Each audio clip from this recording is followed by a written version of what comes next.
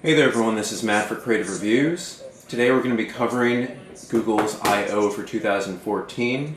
Today is June 25th, 2014. Alright, here's the quick talking points, the most relevant information that we've gotten so far in this presentation that began at 12 noon Eastern Standard Time. Android One is a program where they're creating a series of high-quality phones with the same stock Android experience that you would find here in the States in emerging markets.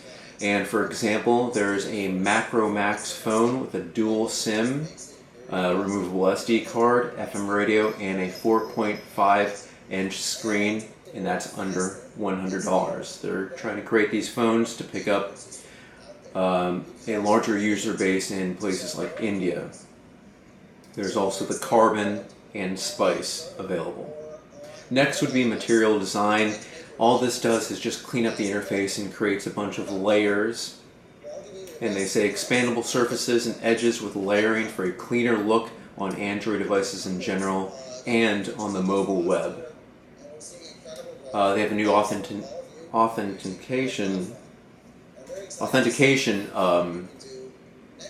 feature where if you are wearing a Bluetooth compatible device near your Android phone, it will know that you're there and it won't have you type in your password. The device will easily just unlock without you having to do anything, just as long as you're in close proximity to it, either speaking or with a Bluetooth device. Next would be Project Volta, a battery historian to find out exactly what eats up your battery. Android Wear was one of the main things that people were talking about beforehand, and this year they did mention 3 different models coming out. The Moto 360, which is the round-faced model, which is going to be available later this year. The Samsung Gear Live, which is available today, and one other watch as well.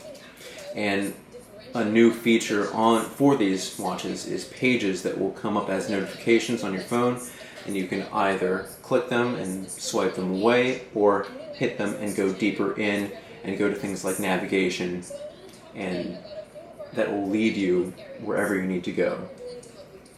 So everything that you need to have done can be done on the smartwatch itself. Next would be Android Auto, where your phone casts what's on your phone to your car's screen, much like what Apple is doing, and they already have a number of automotive makers behind them. And it's going to make for easier navigation, communication, and streaming media without having to look at your device and taking your eyes off the road. Next would be Android TV, and what they do is you can search for your content on your phone.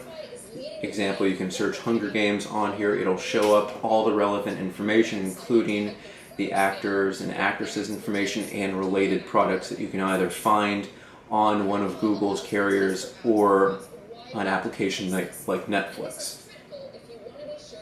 Chromecast really got a big update.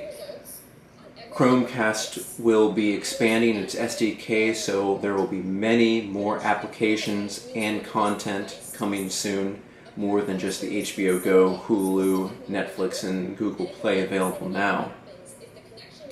And some new features for the Chromecast would be allowing other people to cast to your Chromecast without being on your Wi-Fi using a PIN. Google wants to use your TV and make it not just a black box when you're not using it.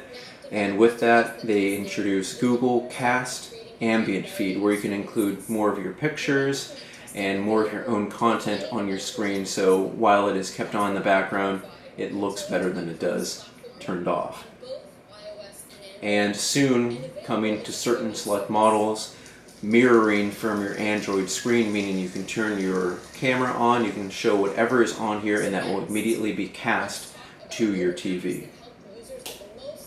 What I was most interested in would be the integration of Chromebooks into your mobile devices. For example, this is not an Android phone, this is an iPhone, but when you get a notification on here, you'll easily be able to see it on your Chromebook. It honestly makes the Chromebook itself much more usable. and native Android apps as seen on your phone will be able to be seen as they are on your phone on the Chromebook itself, allowing for more usability. So that's really what we learned today, along with about 2 people who interrupted the 4-hour presentation. We did learn about a lot of what Google is going to be introducing later this year. Alright, so this has been Matt, and we've been covering Google's I.O. for 2014. Find us on Facebook, Twitter, Instagram, and Blogger. Don't forget to like our video and subscribe. I'll see you guys next time.